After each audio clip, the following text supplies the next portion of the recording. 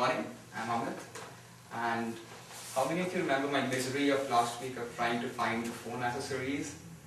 Well, okay, it wasn't such a misery, but the internet helped me a lot, and I got it finally. It's here. I could show you actually. It's here. So I seriously believe that computers are a man's best friend.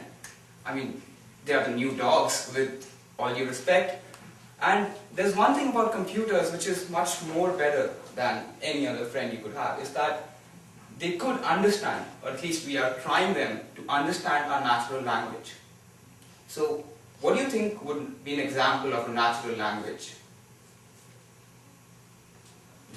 Which languages do we talk to each other in? English. Or a native language, yes. But the problem is that the computers are a little stupid in that respect, that they do not understand our normal languages, which we could just understand in a flash. Like if I say to you, I saw an elephant, you obviously would understand that you saw an elephant. But the problem is, it gets very tricky. What if I say, I saw an elephant in pajamas? I guess you all must know what this means. Can anybody tell me what this means?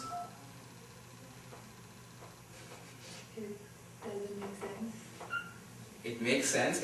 This sentence actually has three meanings. You were in pajamas when you saw the elephant? Yes, that's one. The other is that the elephant was in pajamas while you saw it. And the third one, which is quite possible, is that the elephant was in your pajamas while you saw it. So, as you see, it's not so easy for people to understand natural language. So how can you expect computers to understand natural language? And that is the focus of natural language understanding. Now, why do we do it? I mean, you could then use this to summarize your documents. You could use this to search on the internet and just ask the computer questions. And possibly, you could also use this to do your homework. So, I'm pretty much excited about starting this and finding out how it works. Now, there are two major theories about this field. One is the classical approach and one is the statistical approach. And it is just instructive to see the differences between the two approaches and see how this field is going on. So let's say we say that Bobby is a great teacher. So the classical approach says that whatever sentence you have, you just give it to the computer and ask it to use rules, preset rules, to find out what is the meaning.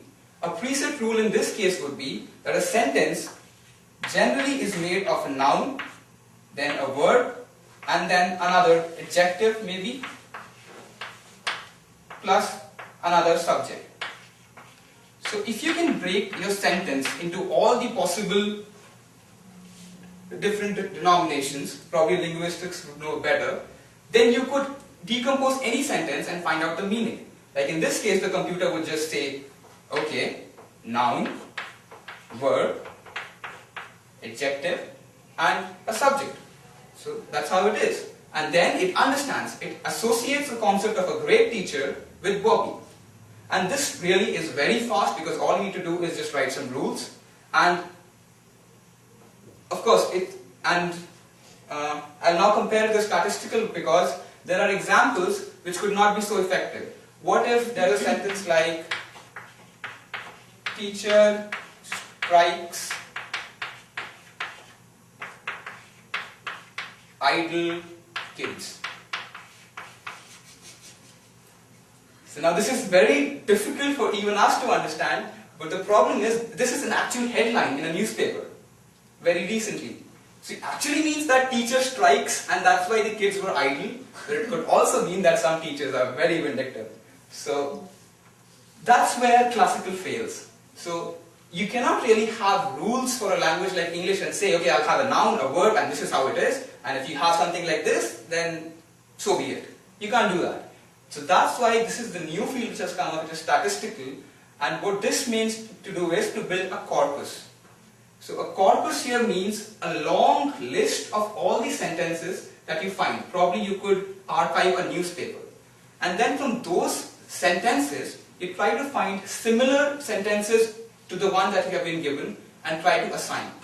Like for this example, if the computer is given a sentence like teacher strikes idle kids, it would search its entire database and see where does it get these words. So for example, a large amount of words, sentences might contain teacher strikes in one close to each other in many sentences. So from that statistic, it finds out that probably it is much more probable to have teacher strikes as one phrase than teacher being the noun and strike being the verb. So using that statistical knowledge, we are now able to predict that the probable meaning of this would be teacher strikes makes the kids idle. So this is the new field which has come up, and it has lots of theories. People tend to assume that in the end, if we are able to perfect this field, it will be very, very accurate and will be give us a more complete understanding of the field. Which is better, I guess. The good thing with classical is that it's very fast, so you can use it for very primitive systems. But if you really are looking for the complete picture, you want a computer to really understand what you speak, you should be looking at the statistical program. So, any questions? Do you think Google's spam mailing system is based on statistical understanding? Yes, it is. But I would not call it purely natural language understanding. It has more to do with finding out the words that are most commonly found in spam. That is their main algorithm which does that. It does not try to understand the words. There's a difference. Okay. Google only identifies the words which could be very useful in spams and then tries to see if statistically they are used in spams or not. But Google, the software, does not understand that an elephant is associated with the concept of an elephant. So that's where natural language understanding comes in. Any more questions? 7? Okay.